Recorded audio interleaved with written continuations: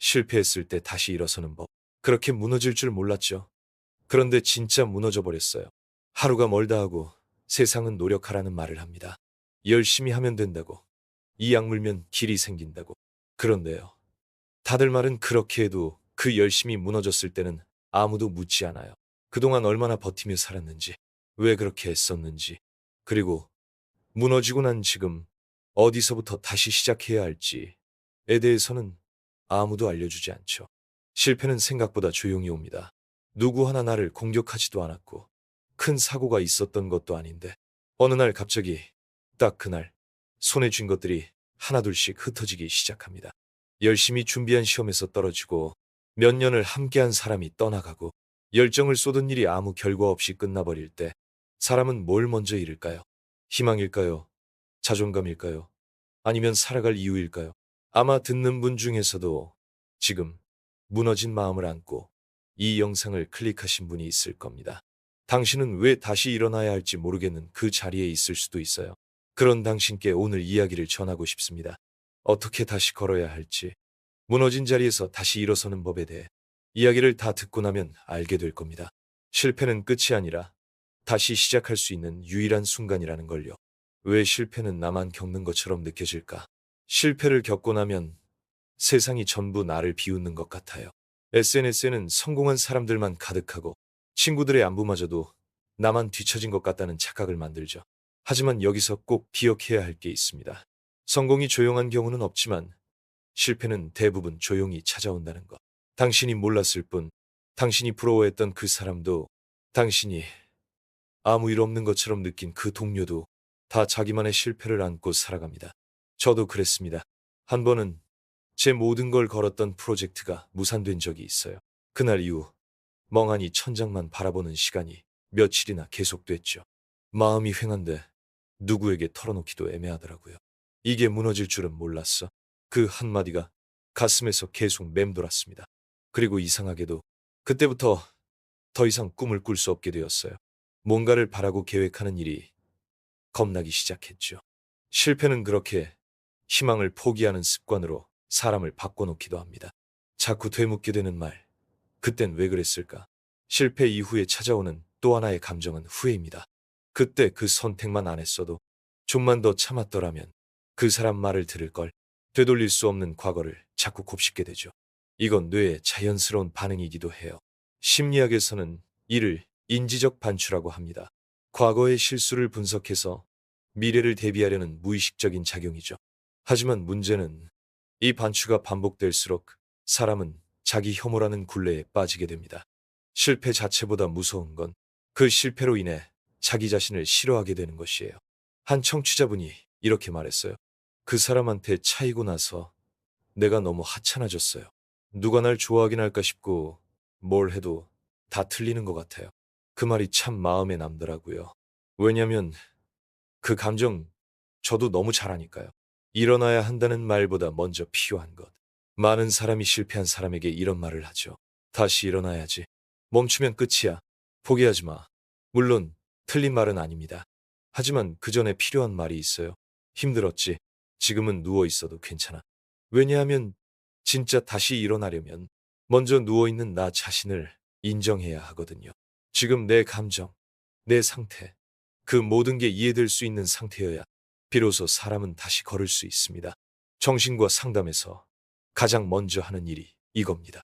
당신이 무너진 게 이상한 게 아니다. 그 상황이라면 누구든 힘들었을 것이다. 이 말 하나에 눈물을 쏟는 분들도 많아요. 왜냐면 그동안 너무 오랫동안 안 괜찮은 나를 스스로 비난하며 버텨왔기 때문입니다.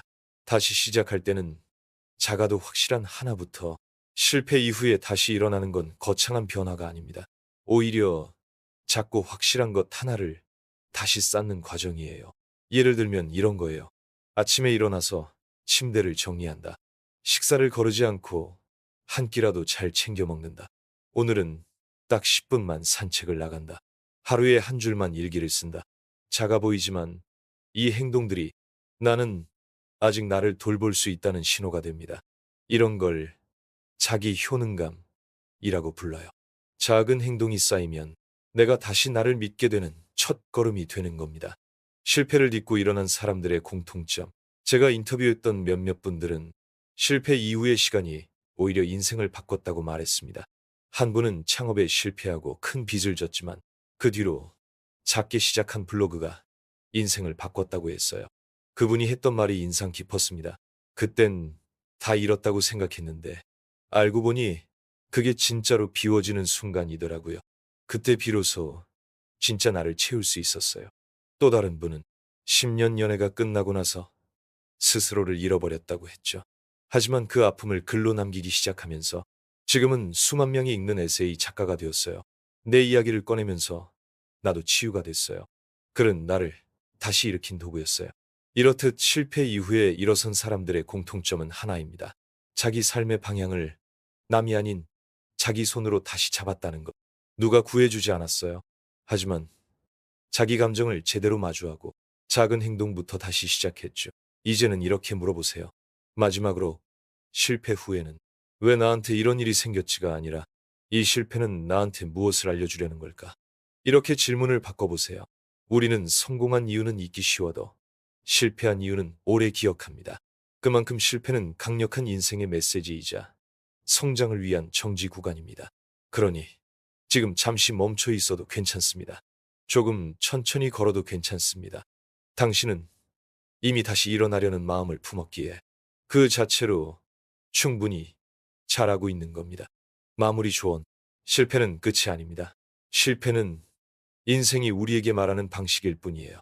잠깐 멈춰야 할 때라고, 방향을 다시 잡을 시간이라고. 그러니 오늘 이 영상을 다 듣고 나셨다면 이 말 하나만 기억해 주세요. 실패는 당신이 잘못해서가 아니라 이제 더 나은 방향으로 가야 할 순간이기 때문에 찾아온 것. 지금 마음속에 떠오른 그 작은 행동 하나를 내일 아침 꼭 실천해 보세요. 그게 다시 걷는 첫 발걸음이 될 겁니다. 2편. 아무 일도 하지 못하는 나 괜찮은 걸까? 움직일 수 없을 때가 진짜 힘들다. 실패하고 나면요, 꼭 몸이 고장난 것처럼 움직이지 못할 때가 있어요. 뭘 해야 할지 아는데도 손이 안 가고 가야 할 곳이 있는데도 발이 안 떨어집니다. 그럴 땐 사람들은 자꾸 이렇게 말하죠. 의지가 약해서 그래. 지금은 그냥 노력해야지. 하지만 진짜 문제는 의지의 문제가 아니라 마음이 너무 많이 닫혀 있다는 사실을 아무도 말해주지 않아요. 마음이 닫히면요, 뇌는 보호 모드로 들어갑니다. 의욕도, 집중력도, 감정조차 반응하지 않은 상태로요. 이걸 심리학에서는 학습된 무기력이라고 부릅니다.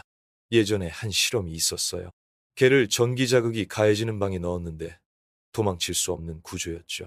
처음에는 계속 탈출하려 했지만 나중엔 문이 열려 있어도 그대로 주저앉아 움직이지 않았어요. 사람도 똑같아요. 계속 실패하고 계속 부딪히면 그 다음부터는 도망칠 수 있어도 그냥 버티는 법을 배우게 됩니다. 그러니까 지금 아무것도 하지 못하는 당신에게 당신은 게으른 게 아니에요. 당신은 지금 상처 회복 중입니다. 아무것도 하지 않는 그 시간, 정말 아무 일도 일어나지 않는 것 같지만 사실은 내면에서 조용히 복구 작업이 진행되고 있어요. 그건 기계로 치면 시스템 점검 중 상태에 가까운 거예요. 조금 느릴 뿐 완전히 멈춘 게 아닙니다. 그러니 먼저 자기 자신에게 이렇게 말해주세요. 그래, 지금은 일어나라도 괜찮아. 이 한 문장은 비판을 멈추고 회복을 시작하는 가장 중요한 첫 발걸음입니다. 상처받은 마음은 이해받을 때 회복된다. 상처에는요, 대체로 두 가지 종류가 있습니다. 하나는 현실의 실패에서 생기는 상처, 그리고 다른 하나는 그 실패 이후에 자기 비난에서 오는 상처예요. 이 두 번째가 더 오래 갑니다. 왜냐하면 남이 준 상처는 시간이 지나면 흐릿해지지만 내가 나에게 남긴 말은 평생 곁에 머물거든요. 넌 왜 그것도 못해? 어차피 넌 안 될 거야. 다 네 탓이잖아. 이런 말들은 겉으로는 아무렇지 않아 보여도 사람을 바닥으로 끌고 갑니다. 그래서 실패 후 가장 먼저 해야 할 일은 내 안의 비판자를 잠시 조용히 시키는 일이에요. 이걸 도와주는 방법 중 하나가 자기 대화 훈련입니다. 예를 들어 이렇게요. 실패한 건 맞지만 그건 과정이지 존재가 무가치한 건 아니야. 지금은 쉬고 있지만 내가 게으른 사람은 아니야. 그때의 선택은 그때 나름대로 최선이었어. 자기 자신과 이렇게 대화를 나누는 연습을 해보세요. 처음엔 어색해도 어느 순간 내 안에 무너진 자존감이 조금씩 회복되기 시작합니다. 회복 탄력성. 그건 타고나는 게 아니다. 우리는 흔히 말합니다. 쟤는 멘탈이 강해. 나는 원래 약해. 하지만 실제 연구에 따르면 회복 탄력성은 선천적인 것이 아닙니다. 훈련 가능한 능력입니다. 하버드대 정신과 의사 조지 베일런트 박사는 트라우마를 겪은 사람들을 장기간 추적하면서 한 가지 중요한 결론을 냈습니다. 고통을 겪었다는 사실보다 그 고통을 어떻게 해석했는가가 인생을 결정한다. 같은 실패를 겪어도 어떤 사람은 나는 끝났어라고 말하고 다른 사람은 이 실패는 내 인생의 전환점이야 라고 해석하죠. 결국 현실보다 중요한 건 그 현실을 바라보는 내 마음의 방향입니다. 무의미한 하루들도 회복의 일부입니다. 실패하고 나서 가장 무서운 건 의욕이 없어진 채 반복되는 하루하루예요. 아무 의미 없이 스마트폰을 들여다보다 하루가 끝나고 소파에 앉은 채 해가 지는 걸 바라보며 문득 이런 생각이 들어요. 내가 지금 뭘 하고 있는 거지? 그럴 땐 이 말을 기억해 주세요. 회복은 항상 가장 느리고 지루한 방식으로 찾아온다. 자라나는 식물처럼요. 겉으로는 아무 변화 없어 보여도 뿌리는 매일 조금씩 단단해지고 있습니다. 회복은 거창한 이벤트가 아니라 지루해 보이는 일상에서 만들어지는 겁니다. 그 하루하루가 지금의 당신을 다시 일으키는 시간이에요. 삶이 우리에게 주는 은밀한 메시지. 한 번 무너져 본 사람은 무너지지 않은 척 살아가는 사람들의 고통도 볼 수 있게 됩니다. 한 번 실수한 사람은 다른 사람의 실수에 조금 더 관대해집니다. 이런 사람들은 주변의 삶에도 따뜻한 온기를 전하죠. 그리고 아이러니하게도 실패한 경험이 있는 사람들이 가장 진심 어린 위로를 할 수 있는 사람이 됩니다. 그러니 너무 두려워하지 마세요. 지금의 실패가 나중엔 누군가를 도울 수 있는 연료가 될 수 있으니까요. 지금 당신이 해야 할 단 하나의 일, 너무 많은 걸 하지 마세요. 하루에 단 한 가지면 충분합니다. 오늘은 씻기만 해보자. 이 문장 하나만 적어보자. 밖에 나가서 하늘만 한번 보자. 잠들기 전에 나에게 좋은 말 한마디만 해주자. 그 작은 행동이 바로 삶의 방향을 다시 잡는 나침반이 됩니다. 오늘의 정리. 실패는 당신이 잘못해서가 아니라 변화가 필요하다는 신호입니다. 아무것도 하지 못할 땐 아무것도 하지 않는 나를 먼저 이해해 주세요. 회복은 빠르게 오는 게 아니라 천천히 뿌리부터 자라는 것처럼 찾아옵니다. 그리고 결국 다시 웃게 되는 날이 옵니다. 그때 지금 이 시간도 참 잘 버텼다는 이야기로 남게 될 거예요. 3편 살아는 있는데 아무것도 하고 싶지 않을 때 겉으론 괜찮아 보이지만 속은 완전히 텅 비었을 때 이제 괜찮지? 사람들이 이렇게 말하면 우리는 습관적으로 고개를 끄덕입니다. 응, 이제 괜찮아졌어. 하지만 그 말 한 뒤 다시 조용히 방에 들어가 앉아있죠. 말을 하고 나면 더 외로워지는 순간도 있습니다. 마음은 어느 정도 회복된 것 같은데 여전히 의욕이 없고 무기력하고 무언가를 시작할 힘이 안 나요. 그래서 혼잣말처럼 자꾸 떠오릅니다. 이게 나아진 건가? 아니면 그냥 익숙해진 건가? 무기력의 정체. 아무 일도 일어나지 않는 감정. 무기력은 때때로 슬픔보다 더 위험합니다. 슬픔은 울 수라도 있지만 무기력은 그 어떤 감정도 떠오르지 않는 상태니까요. 이 상태의 사람들은 밥을 먹고 일을 하고 사람을 만나지만 어딘가 참여하지 않는 느낌으로 살아갑니다. 마치 몸만 움직이고 마음은 따로 떨어져 있는 것처럼. 이걸 심리학에서는 탈인격화라고 부르기도 해요. 내가 내 인생의 주인이 아니라 관찰자처럼 지켜보는 느낌. 여기서 중요한 건 이 무기력 상태도 회복의 한 과정이라는 겁니다. 그저 아직 다시 뛰기 위한 에너지가 모이지 않은 시점일 뿐이죠. 무기력함을 뚫고 다시 살아있는 느낌을 찾으려면 그렇다면 어떻게 해야 할까요? 이렇게 아무 의욕도 없을 때 무엇으로 다시 살아있는 나를 느낄 수 있을까요? 여기엔 한 가지 중요한 원칙이 있습니다. 마음이 아니라 몸을 먼저 움직인다. 많은 사람들이 마음이 변해야 행동한다고 생각하죠. 하지만 실제로는 행동이 마음을 바꾸는 경우가 훨씬 많습니다. 심리학자 윌리엄 제임스는 이렇게 말했습니다. 기분이 좋아서 웃는 게 아니라 웃어서 기분이 좋아진다. 무기력할수록 머리로 생각하지 말고 몸으로 움직이는 일부터 시작해야 해요. 아침 햇빛을 10분만 쬐기, 따뜻한 물로 샤워하기, 음악을 틀고 리듬을 따라 움직이기, 주변 정리정돈하기, 이런 사소한 몸의 행동이 내 뇌에 나는 아직 살아있어 라는 신호를 보냅니다. 그리고 그 신호가 마음을 다시 태워주는 겁니다. 다시 열정이 생기지 않는 당신에게 꼭 하고 싶은 말. 혹시 이런 생각 드신 적이 있으세요? 예전처럼 열정적으로 살고 싶은데 도무지 열정이 안 생긴다. 나는 이제 무기력한 사람으로 바뀌어버린 것 같아. 그럴 때 꼭 기억해야 할 말이 있습니다. 지금의 당신은 열정을 잃은 게 아니라 열정을 잃은 자신을 두려워하는 중일 뿐입니다. 열정이 사라진 게 아니라 실패 이후 다시 마음을 걸었다가 또 무너질까봐 아예 그 감정 자체를 닫아버린 상태인 거예요. 그러니까 너무 자책하지 마세요. 그건 당신이 약해서가 아니라 한때 진심으로 몰입했던 사람이었기 때문에 다시 무너지는 걸 피하고 싶은 자연스러운 방어 반응입니다. 해야 할 일이 아닌 하고 싶은 일로 다시 연결될 때 이 시점에서 정말 중요한 건 인생의 방향을 의무가 아닌 욕망으로 다시 잡는 일이에요. 하루가 너무 버겁다면 해야 할 일 대신 하고 싶은 일을 한 가지 정해보세요. 어릴 때 좋아했던 만화 보기, 좋아하는 향수를 다시 꺼내기, 혼자 카페 가서 앉아있기, 아무 의미 없는 낙서하기, 이런 아주 사소한 하고 싶은 일들이 다시 삶과 연결되는 끈이 됩니다. 심리학에서는 이런 걸 자기 충족 행위라고 부릅니다. 의미가 없어 보여도 나는 내 감정을 돌볼 수 있다는 감각을 회복시켜줍니다. 다시 살아간다는 건 무언가를 꿈꾼다는 뜻. 당장 거창한 목표를 세우지 않아도 됩니다. 하지만 이렇게 살아도 되겠다는 감정을 느끼는 게 먼저예요. 그 감정을 느끼기 시작하면 그제야 슬며시 작은 목표들이 고개를 듭니다. 나도 다시 여행을 가보고 싶다. 내가 만든 무언가를 세상에 보여주고 싶다. 지금보다 조금 더 건강해지고 싶다. 이 작은 바람들이 다시 삶의 불을 지피는 첫 불씨가 됩니다. 아무것도 하기 싫을 때 꼭 기억해야 할 말.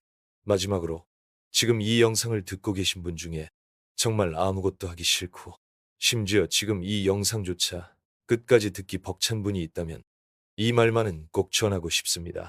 당신은 지금 이 순간에도 충분히 잘하고 있습니다. 지금까지 살아온 것만으로도 그 모든 감정들을 견뎌낸 것만으로도 당신은 이미 많은 걸 해낸 사람입니다. 오늘의 정리. 무기력은 의지의 문제가 아니라 에너지의 고갈입니다. 다시 살아가는 감각은 마음보다 몸의 움직임에서 시작됩니다. 의무가 아닌 욕망으로 나를 다시 연결하세요. 열정은 사라진 게 아니라 잠시 숨고르고 있을 뿐입니다. 4편. 다시 관계를 맺고 싶은데 사람과 연결되는 게 무서울 때 혼자 있는 건 괜찮지만 외로운 건 괜찮지 않았다. 혼자가 편하긴 한데 가끔은 너무 허전해요. 이 말 해보신 적 있나요?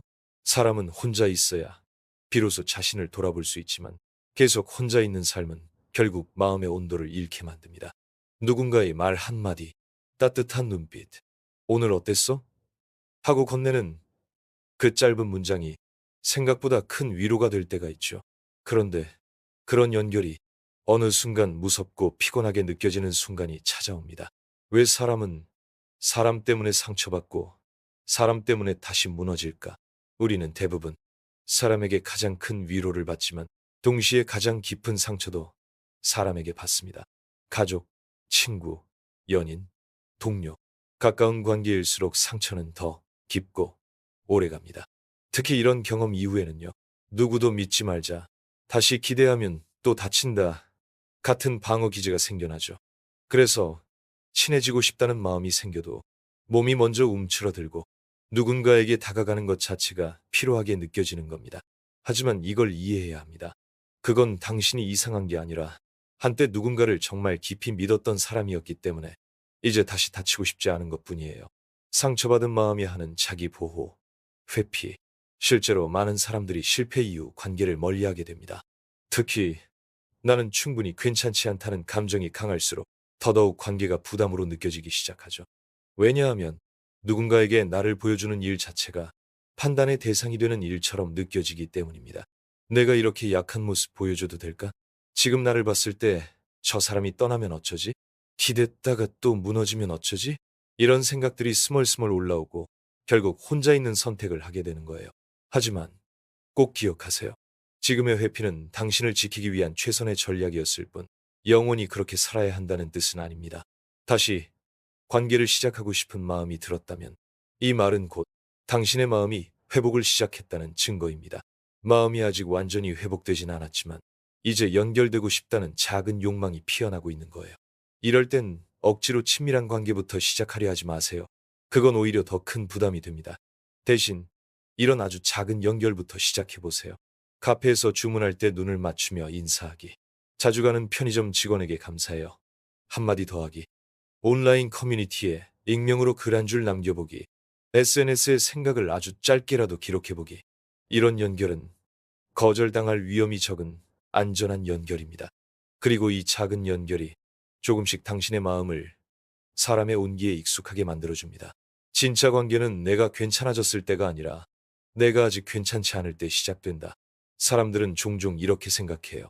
내가 좀 더 괜찮아지면, 내가 좀 더 성공하고 멋져지면 그때 좋은 사람을 만나야지. 하지만 그건 반대로도 성립합니다. 진짜 좋은 사람은 내가 아무것도 아닌 것처럼 느껴질 때 나를 가볍게 안아주는 사람이에요. 그리고 그런 관계는 내가 아직 완전하지 않을 때에서 시작됩니다. 그러니 당신의 현재 상태를 숨기지 않아도 괜찮습니다. 말할 수 없다면 침묵을 선택해도 좋고 조금씩 열어가도 됩니다. 중요한 건 당신이 그 관계를 선택하려 한다는 그 마음 자체입니다. 다시 사람을 믿고 싶을 때 필요한 연습, 관계에 대한 불안은 사람을 신뢰하지 못해서가 아니라 그 사람이 떠났을 때 내가 무너질까봐 생겨나는 불안입니다. 그래서 그 두려움을 줄이려면 한 가지 중요한 연습이 필요합니다. 사람과 연결되면서도 동시에 혼자 서 있을 수 있는 힘. 이 연습은 이런 방식으로 할 수 있어요. 누군가와 대화한 후엔 꼭 혼자 있는 시간 갖기. 관계에서 받은 감정과 내 기분 분리해서 정리해보기. 그 사람이 나를 어떻게 보는가 보다 내가 그 사람 곁에서 어떤 감정을 느끼는가에 집중하기. 이런 연습이 쌓이면 사람에게 기대면서도 나를 놓치지 않는 법을 익히게 됩니다. 인간관계가 무서운 당신에게 꼭 전하고 싶은 말. 지금 당신이 다시 사람과 연결되는 게 두렵다면 그건 당신이 이미 관계의 소중함을 너무나도 잘 아는 사람이기 때문입니다. 상처받은 적이 없었다면 이렇게까지 조심스럽고 신중하지는 않았겠죠. 하지만 그만큼 당신은 아주 깊이 사랑하고 공감하고 진심으로 연결되는 사람입니다. 그런 사람은 결국 자기와 닮은 사람과 만나게 되어 있습니다. 시간이 걸리겠지만 당신에게 꼭 맞는 관계는 어느 날 불쑥 당신이 아무 준비도 하지 않았을 때 슬며시 다가올 겁니다. 오늘의 정리. 상처 이후 관계가 두려운 건 그만큼 진심이었던 증거입니다. 다시 연결되는 건 크고 깊은 관계가 아닌 작은 연결부터 시작하세요. 진짜 관계는 내가 완벽할 때가 아니라 내가 불완전한 채로도 허락받을 때 생겨납니다. 연결은 선택이고 용기입니다. 지금 그 용기를 품었다는 것만으로도 당신은 이미 많은 걸 회복한 사람입니다. 5편. 모두가 앞서가는 것 같은데 나만 멈춰있는 기분일 때 요즘 따라 주변이 더 잘 나가 보인다. 내가 쉬는 동안 다들 달려갔구나. 회복 중이라는 건 다시 말해 천천히 살아가고 있다는 뜻입니다. 하지만 그 속도는 세상과 맞지 않죠. SNS를 켜면 누군가는 승진했고 누군가는 결혼했고 누군가는 어제 올린 영상으로 돈을 벌었다고 합니다. 그리고 우리는 조용히 휴대폰을 끄죠. 나는 대체 뭘 하고 있는 걸까? 그 침묵의 순간이 무섭습니다. 내가 멈춘 사이 모든 게 나를 두고 앞서가 버리는 기분. 하지만 이 말 꼭 기억하셨으면 합니다. 남보다 늦게 가는 게 두려운 게 아니라 남의 길을 따라가다가 내 길을 놓치는 게 더 두려운 일이다. 비교는 회복 중인 사람에게 가장 잔인한 감정. 실패를 겪고 나서 천천히 다시 걸어가고 있는 사람에게 비교는 또 다른 실패를 만들어냅니다. 특히 가까운 친구, 또래, 동료처럼 비슷한 출발선에 있던 사람과의 격차가 느껴지기 시작하면 자존감은 다시 흔들립니다.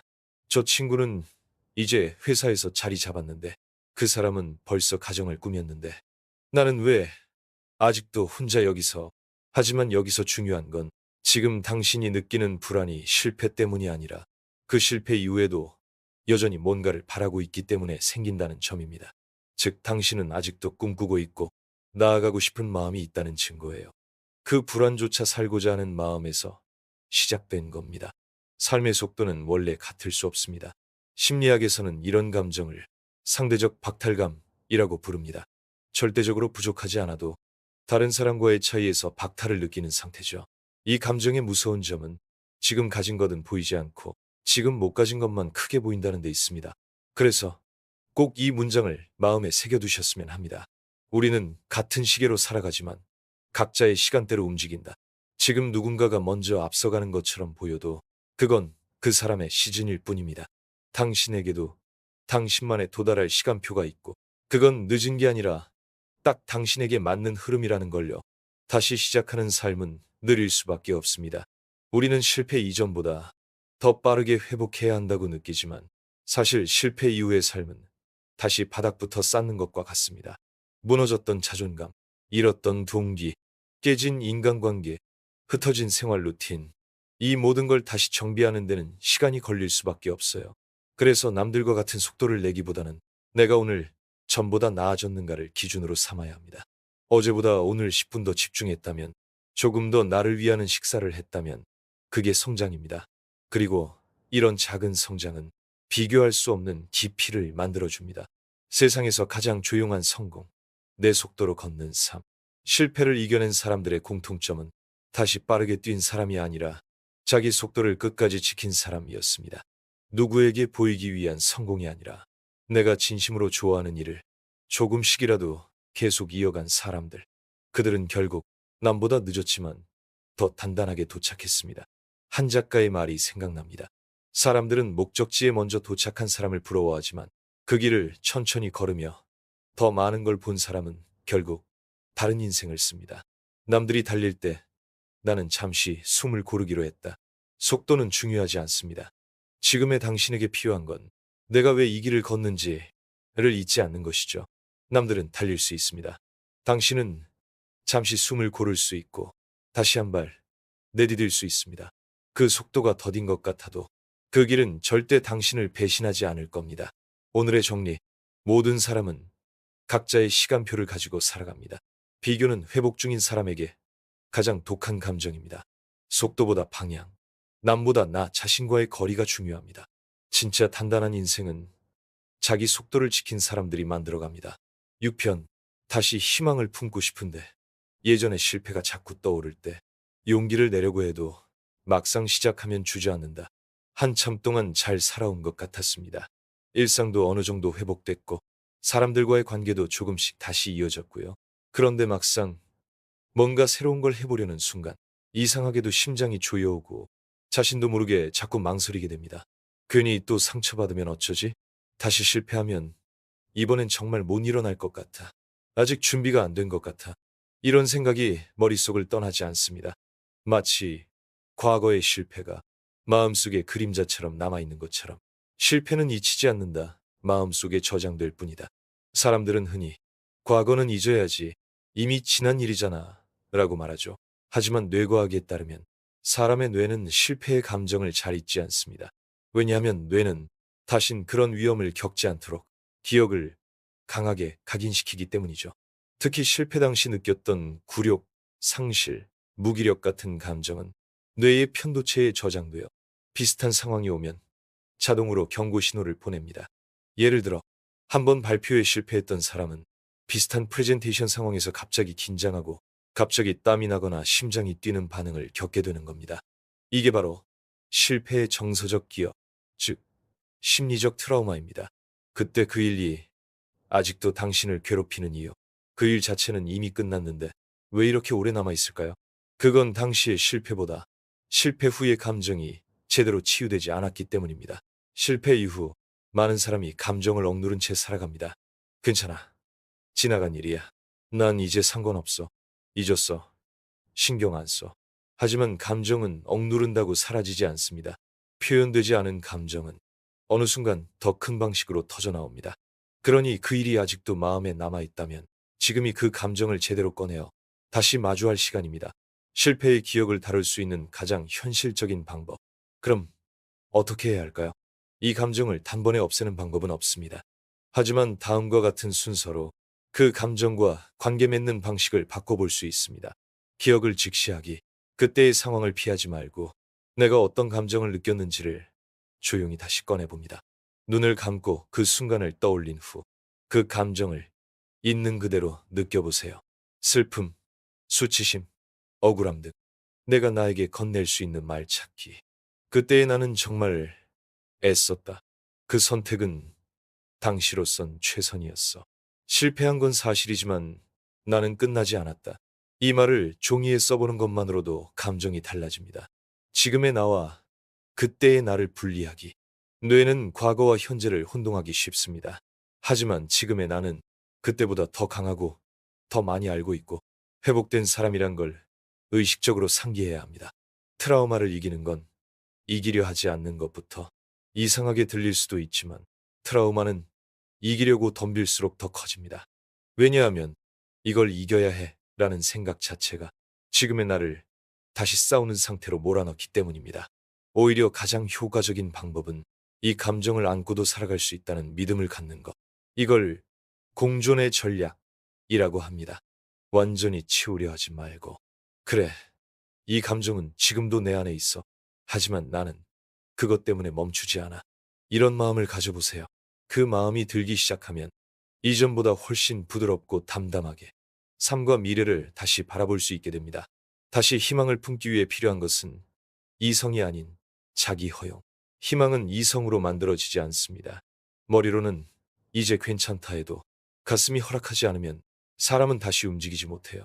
그래서 실패 이후 다시 마음을 걸 수 있으려면 먼저 자기 자신을 허락하는 연습이 필요합니다. 내가 또 실패할 수도 있어. 하지만 괜찮아. 이번에도 완벽하진 못하겠지. 그래도 해볼 거야. 이건 그냥 내가 다시 살아있다는 증거니까. 이런 문장은 당신 안의 두려움을 줄여주고 다시 꿈꾸는 심장을 깨워줍니다. 누군가는 당신의 실패 이유를 기다리고 있습니다. 끝으로 이런 이야기를 전하고 싶습니다. 당신이 겪은 실패는 단지 당신만의 실패가 아닐 수 있어요. 언젠간 누군가도 비슷한 벽에 부딪혀 당신처럼 무너지고 방황하고 지금의 당신처럼 다시 희망을 품고 싶어질지도 모릅니다. 그때 지금의 당신 이야기는 그 누군가의 희망의 증거가 될 수 있습니다. 그러니 실패 이후의 삶을 당신만을 위한 게 아니라 누군가의 미래를 위한 과정이라고 생각해 주세요. 그 믿음이 당신에게 가장 단단한 용기를 줄 겁니다. 오늘의 정리. 실패의 기억은 사라지지 않지만 그 감정과의 관계는 바꿀 수 있습니다. 회피가 아닌 직면, 억제가 아닌 표현이 진짜 회복을 만듭니다. 트라우마는 이겨내려 하기보다 안고 살아가는 연습이 필요합니다. 다시 희망을 품기 위해선 실패한 나도 허용해주는 마음이 우선입니다. 당신의 실패 이유는 언젠가 누군가에게 큰 위로가 됩니다. 오늘의 미션 한 줄. 그때 실패했을 때 당신이 가장 듣고 싶었던 말을 오늘 스스로에게 들려주세요. 그 말이 바로 다시 걸어갈 힘이 되어줄 겁니다. 7편. 이제 괜찮은데 왜 이렇게 허무할까? 더는 아프지 않은데 이상하게 공허하다. 한때 그렇게 아프고 힘들던 시간이 지나고 이제는 어느 정도 잘 지내고 있습니다. 일도 하고 사람도 만나고 가끔 웃을 일도 생기고요. 그런데 문득 이렇게 생각이 드는 순간이 있죠. 이게 다일까? 내 삶은 그냥 이렇게 흘러가는 걸까? 예전엔 절실하게 원했던 평범한 일상을 되찾았는데 막상 그 안에서 의욕도 열정도 심지어 감정도 사라진 것 같아요. 아프지도 않은데 행복하지도 않은 그 상태. 회복의 마지막 단계는 허무함이다. 사람들은 흔히 회복의 마지막은 행복이라고 생각합니다. 하지만 실제로는 회복의 마지막에는 허무감이라는 정적이 찾아옵니다. 왜냐하면 그동안 너무 아픈 감정만 다뤄왔고 그걸 이겨내느라 전부를 쏟아부었기 때문에 막상 다시 살만해지면 이제 뭘 해야 하지? 라는 목적 상실 상태에 빠지는 거죠. 심리학에서는 이런 시기를 심리적 공백기 혹은 포스트 회복 블루라고 부르기도 합니다. 이 시기를 무시하면 다시 불안, 무기력, 자책으로 돌아갈 수 있기 때문에 지금 이 감정을 진지하게 들여다볼 필요가 있습니다. 이게 다인가요? 라는 질문은 성장의 신호입니다. 지금 이 허무함은 단순히 지루함 때문이 아닙니다. 오히려 삶이 다시 안정되었기 때문에 비로소 삶의 본질을 묻기 시작한 것입니다. 나는 어떤 삶을 살고 싶은가? 나는 뭘 할 때 진짜 살아있다는 느낌을 받는가? 지금까지는 버티기 위한 삶이었다면 이제는 어떤 삶을 살고 싶은가? 이 질문이 떠오른다는 건 이제는 살아남기에서 살아가기로 전환할 준비가 되었다는 것입니다. 그러니 이 허무함을 두려워하지 마세요. 이건 끝이 아니라 삶을 다시 설계할 수 있는 여백입니다. 삶이 안정될수록 의미가 필요해진다. 불안과 고통 속에서는 생존이 우선이기 때문에 의미를 고민할 겨를이 없습니다. 하지만 삶이 조용해지면 사람은 반드시 왜 살아야 하는가라는 질문과 마주하게 됩니다. 그리고 그 질문은 다시 삶의 방향을 잡게 해주는 나침반이 됩니다. 이 시기에는 아주 작은 의미라도 좋으니 하나씩 만들어가는 게 필요합니다. 매주 금요일엔 나를 위한 시간을 만든다. 좋아하는 책을 하나 정해서 읽어본다. 누군가에게 작은 도움을 주는 루틴을 만든다. 지금보다 조금 더 나은 내가 되는 걸 추구한다. 이런 의미의 루틴이 생기기 시작하면 삶은 다시 안쪽에서부터 따뜻해집니다. 큰 행복을 바라지 않아도 괜찮습니다. 지금 이 시점에 당신은 행복을 추구해야 할 것 같은 압박도 느낄 겁니다. 이제는 웃고 살아야 하지 않나? 다른 사람들은 다들 열심히 사는데 왜 나는 다시 무기력해지지? 하지만 행복은 큰 사건이나 목표에서 오는 게 아니라 작은 안정감이 쌓였을 때 마음이 허용하는 따뜻한 감정입니다. 그러니 지금처럼 아무 일도 없고 하루가 잔잔하게 흘러가는 그 순간들 속에서 내가 살아있다는 감각을 찾는 것이 먼저입니다. 예를 들어 햇살이 들어오는 창문 앞에 앉아보는 것, 따뜻한 차 한 잔을 제대로 음미하는 것, 의미 없이 듣는 음악 속에 감정을 담아보는 것. 이런 순간들이 나는 지금 여기 있어 라는 감각을 만들어줍니다. 이제는 방향을 정해도 괜찮을 때, 이 시기를 지나고 있다면 이제는 삶의 방향을 조금씩 정해도 괜찮습니다.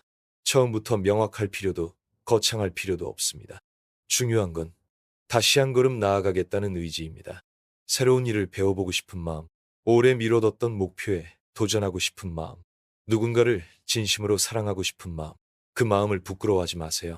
그건 바로 회복된 사람이 세상을 향해 다시 여는 창문입니다. 오늘의 정리, 회복 이후의 허무함은 자연스러운 감정입니다. 이는 삶이 안정되었기에 가능한 성장의 시작 신호입니다. 지금 필요한 건 의미 있는 작은 루틴을 만들어가는 일입니다. 큰 행복을 쫓기보다 작은 감각에 집중해보세요. 이제는 다시 삶의 방향을 선택해도 괜찮은 시기입니다. 오늘의 미션 한 줄, 지금 이 순간 나에게 가장 의미 있어 보이는 감정이나 행동을 한 줄로 적어보세요. 그 문장이 당신의 다음 삶의 방향이 될 수도 있습니다. 8편, 나는 누구인지 모르겠을 때, 다시 살아는 가는데, 이게 진짜 나 맞을까? 하루는 무사히 흘러가고, 일도 하고, 대화도 나누고, 사람도 만납니다. 그런데 잠깐 혼자 있는 시간이 생기면, 어느 순간 나는 누구지? 지금 이 삶이 정말 내 삶이 맞나? 하는 생각이 떠오릅니다. 그 순간 마음 어딘가가 텅 빈 듯한 기분이 찾아옵니다. 겉으로는 다 괜찮아 보이는데 내면은 어쩐지 주인 없는 방처럼 공허한 상태. 실패 이후 정체성이 흔들리는 건 자연스러운 일이다. 심리학에서는 정체성이란 단순히 이름이나 성격이 아니라 삶 속에서 나는 이런 사람이다라고 느끼는 자아의 감각이라고 말합니다. 그런데 실패나 상실, 큰 사건을 겪고 나면 그동안 붙잡고 있던 역할, 위치, 신념이 무너지면서 내가 누구였는지조차 흐려지게 됩니다. 오래 하던 일을 그만뒀을 때, 사랑하던 사람과 이별했을 때, 늘 가던 길에서 벗어났을 때, 그럴 때 사람은 지금 내가 뭘 좋아하는지도 모르겠고, 이전엔 나답다고 느꼈던 것도 이제는 어색하게 느껴집니다. 그런데 이 과정은 사실 새로운 나를 다시 만들어가는 자연스러운 진통입니다. 예전의 나가 사라졌다는 건 새로운 나가 생기기 위한 준비라는 뜻. 지금 당신이 혼란스러운 이유는 나를 잃어서가 아닙니다. 정확히 말하면 예전의 나로는 더 이상 살 수 없다는 걸 몸이 먼저 알아버렸기 때문이죠. 그렇다고 새롭고 분명한 나를 찾은 것도 아니니 어정쩡한 상태에 놓여 있는 겁니다. 이 시기의 특징은 이렇습니다. 아무리 애써도 예전처럼 열정이 생기지 않는다.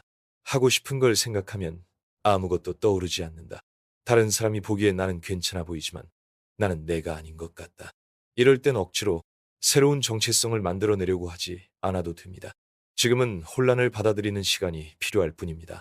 나는 누구인가라는 질문에 답하려 하지 말고 나는 요즘 어디에 끌리는가를 바라보세요. 정체성은 단번에 찾는 것이 아니라 하루하루의 경험과 감정 속에서 쌓아가는 것입니다.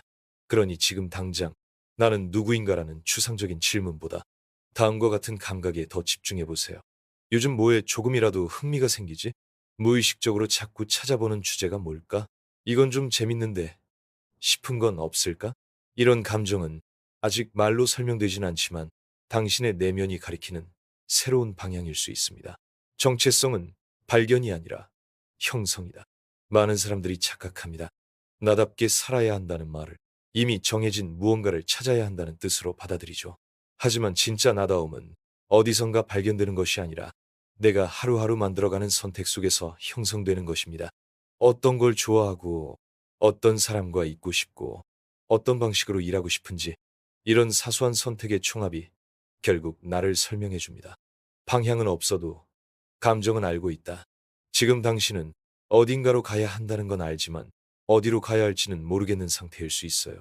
그럴 땐 방향이 아니라 감정을 중심으로 선택해보는 연습을 해보세요. 예를 들어, 이 일을 하면 마음이 평온해진다. 조금 더 해보기. 이 사람과 있으면 내가 작아지는 기분이 든다. 프리지 거리를 둬보기. 이 공간에 있으면 숨이 트인다. 자주 가보기. 이렇게 감정을 기준 삼아 삶을 조율하다 보면 당신만의 방향이 천천히 드러나기 시작합니다. 지금 당신은 진짜 나로 가는 중간 지점에 있다. 정체성을 잃었다고 느껴지는 지금, 당신은 실은 이전보다 훨씬 더 자기 자신에 가까워지고 있는 중입니다. 왜냐하면 더 이상 사회가 정해준 역할이나 남이 만들어준 기대에 자신을 끼워 넣지 않으려고 하고 있잖아요. 이제는 정말 내가 원하는 삶이 뭔지를 찾고 있는 중이니까요. 그 질문을 품고 살아가는 지금의 당신은 겉모습은 불안해 보여도 내면은 훨씬 진실한 삶에 가까이 와 있습니다. 오늘의 정리, 실패 이후 정체성 혼란은 매우 자연스러운 단계입니다. 예전에 나가 더 이상 나와 맞지 않는다는 신호이기도 합니다. 정체성은 발견이 아닌 형성, 감정과 선택으로 조금씩 쌓여갑니다. 방향이 보이지 않을 땐 감정이 가리키는 쪽으로 움직이세요. 지금의 혼란은 진짜 나로 가는 통로입니다. 오늘의 미션 한 줄. 요즘 당신이 자주 끌리는 것들 하나 적어보세요. 그것은 말로 설명되지 않더라도 당신 내면이 가리키는 방향일 수 있습니다. 9편.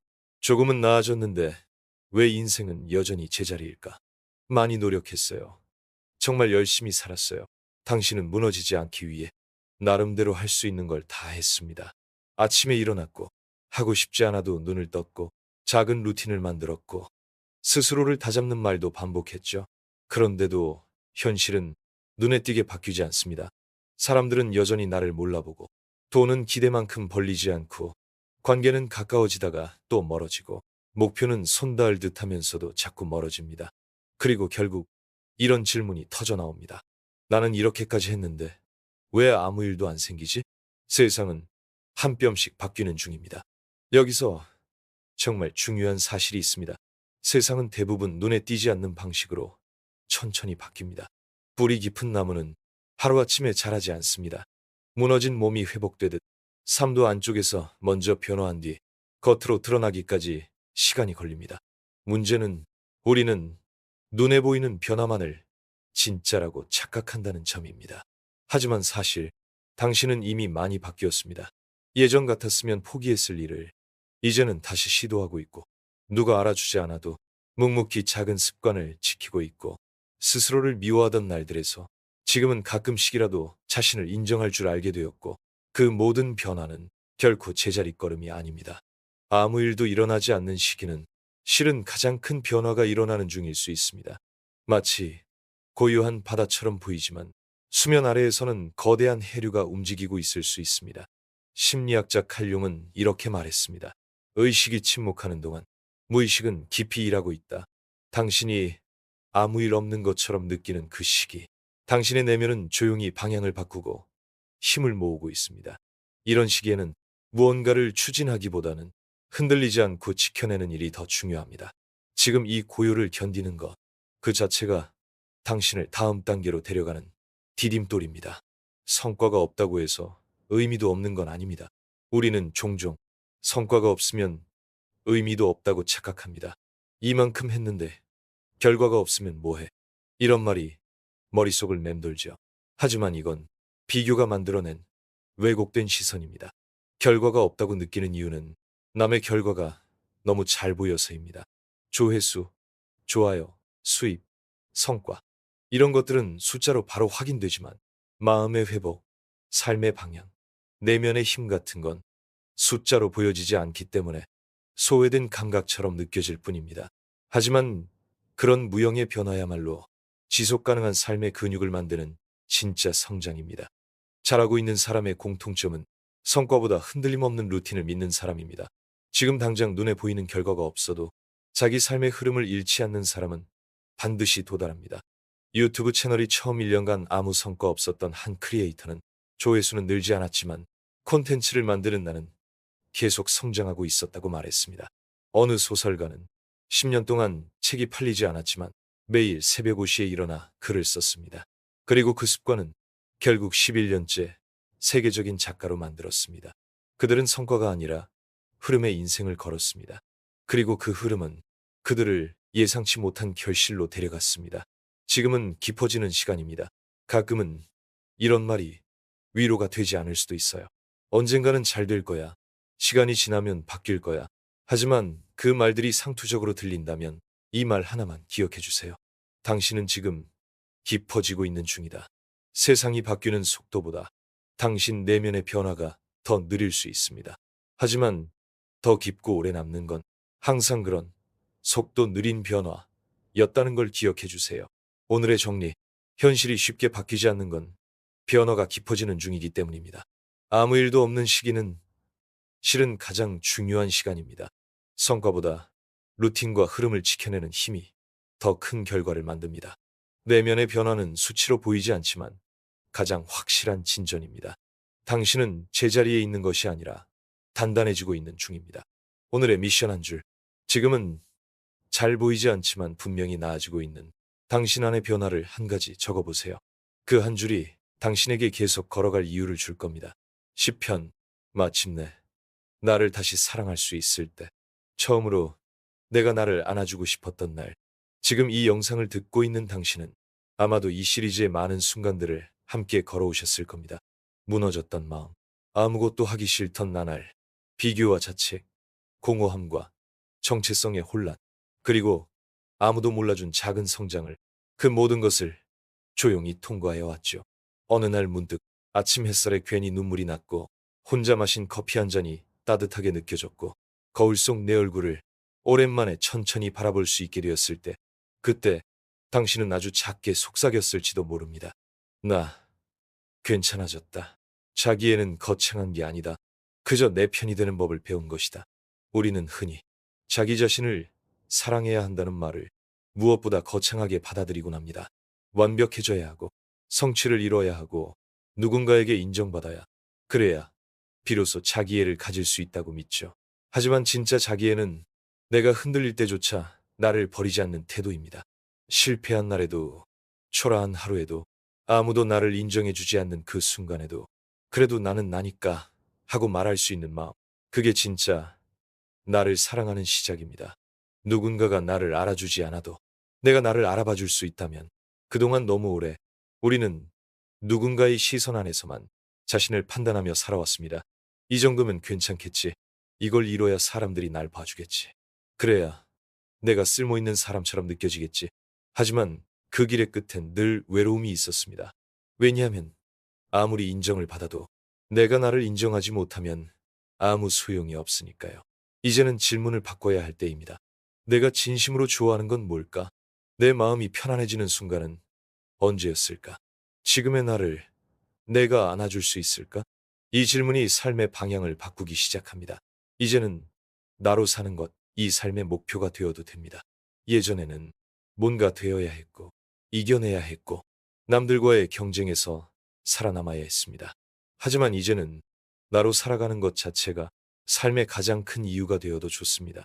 누구에게 보이기 위한 인생이 아니라 스스로와 연결되는 하루하루. 느려도 괜찮고 모자라도 괜찮은 삶.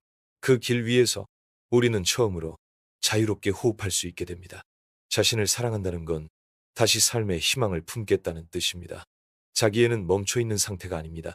오히려 다시 살아가고자 하는 힘의 근원입니다. 내가 나를 돌보겠다고 결심하는 순간 삶도 나를 돌봐주기 시작합니다. 이젠 다시 시작할 수 있습니다. 그 시작은 거창하지 않아도 됩니다. 조금 더 나를 아껴주고, 가끔은 혼잣말로 내 편이 되어주고, 남이 아닌 나에게 먼저 괜찮냐고 물어봐주는 것. 그런 일상의 순간들이 삶을 다시 사랑할 수 있게 만듭니다. 당신은 참 잘 견뎌냈습니다. 마지막으로 꼭 드리고 싶은 말이 있어요. 당신은 정말 잘해왔습니다. 비틀거리고 무너지고 도망치고 싶은 순간이 있었지만 그럼에도 불구하고 당신은 끝내 여기까지 왔습니다. 혼자였던 날들도 포기하고 싶었던 날들도 지금 이 순간까지 당신은 당신을 버리지 않았습니다. 그것만으로도 당신은 충분히 대단합니다. 오늘의 정리, 자기에는 완벽해지는 것이 아니라 내 편이 되어주는 것입니다. 결과보다 중요한 것은 나 자신을 지켜내는 과정입니다. 내가 나를 이해하고 돌볼 수 있다면 인생은 훨씬 가벼워집니다. 이제는 나로 살아가는 삶이 허용되어야 할 때입니다. 실패했던 나, 무너졌던 나까지 품고 사랑할 수 있다면 그건 새로운 삶의 진짜 시작입니다. 오늘의 미션 한 줄, 오늘의 나에게 가장 따뜻한 한마디를 건네주세요. 그 말을 가장 듣고 싶었던 건 누구보다도 당신 자신일 테니까요. 이것으로 실패했을 때 다시 일어서는 법, 10편의 여정을 함께 마칩니다. 하지만 이건 끝이 아니라 당신이 스스로를 다시 사랑하고 스스로의 속도로 살아가는 진짜 인생의 시작입니다. 그리고 그 길 위에 당신은 더 이상 혼자가 아닙니다.